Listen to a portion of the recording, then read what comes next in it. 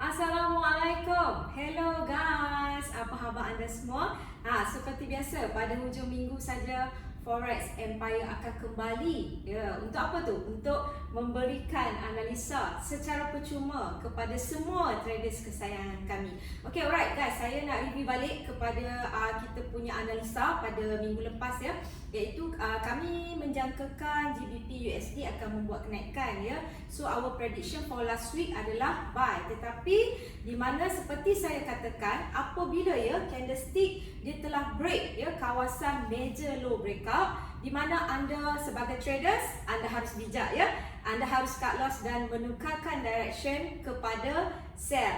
Itu kita kena sentiasa ingat. That's why dalam video saya dua kawasan red zone seperti yang saya katakan, iaitu major high breakout dan juga major low breakout sangatlah penting diberi perhatian ya. Okay, so untuk next week apa yang kita jangkakan? Alright, so pihak Forex Empire seperti biasa memilih pair GBP USD yang akan bermula ya analisa ini pada 4 Oktober sehingga 8 Oktober. Okey, seperti biasa, hanya simple 7 step mudah sahaja untuk anda ikuti dan insya-Allah untuk mudah beroleh profit. So, dah bersedia? Kalau dah bersedia, jom kita mulakan 7 step mudah untuk beroleh profit. Guys, yang pertama, kita harus menentukan direction. Ini sangat penting ya. Okey, jadi pihak Forex Empire kami telah membuat analisa. Okey, ini hanya analisa ya. So dijangkakan untuk next week GBP USD akan membuat penurunan dan kita memilih direction sell. Okey. Step yang kedua, apa nak buat?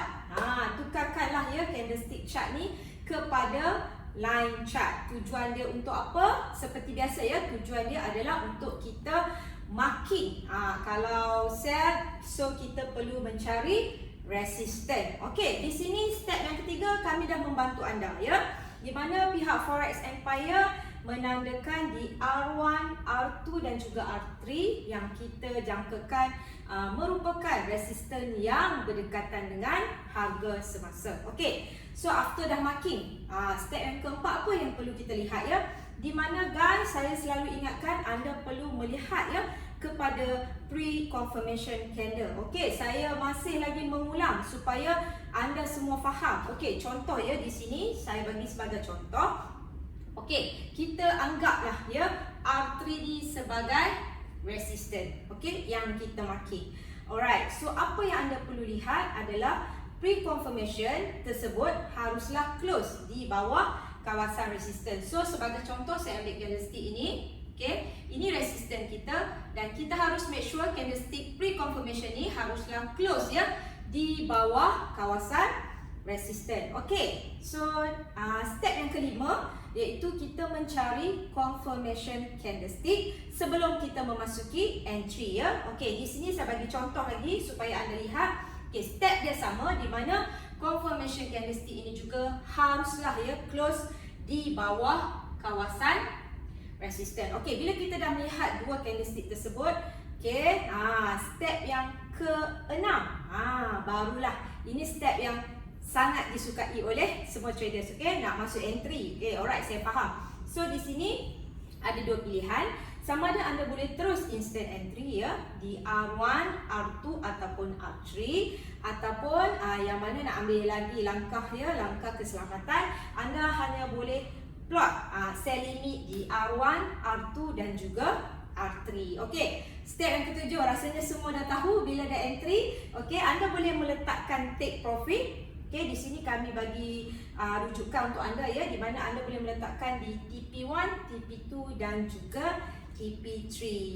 Guys, itu saja 7 step yang cukup mudah ya untuk kita beroleh profit. Tetapi harus diingatkan, okay, ini hanyalah jangkaan analisa yang dibuat oleh pihak Forex Empire. So, kita sebagai traders, kita harus bijak, kita harus membuat satu tindakan yang tepat di dalam kita punya dagangan. Okey, sebelum saya nak akhiri sesi saya, seperti biasa, setiap kali video saya akan ingatkan anda semua dua kawasan bahaya, iaitu red zone. Okey, so sila beri perhatian. Saya pun cakap dalam bahasa Melayu, saya rasa standard, semua faham, betul tak? Okey, alright.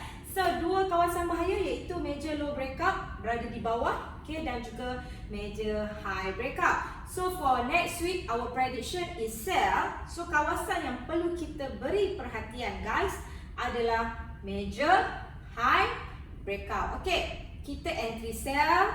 Alright, so kita menjangkakan candlestick akan membuat penurunan. Tetapi ya, sila beri perhatian ya, kalau candlestick close di atas kawasan major high breakout, apa yang anda harus buat? Anda harus cut loss. Okay, selepas cut loss, tukarkan direction anda kepada buy. So itu saja daripada saya mewakili pihak Forex Empire. Semoga kita semua sukses. Bye guys. Assalamualaikum.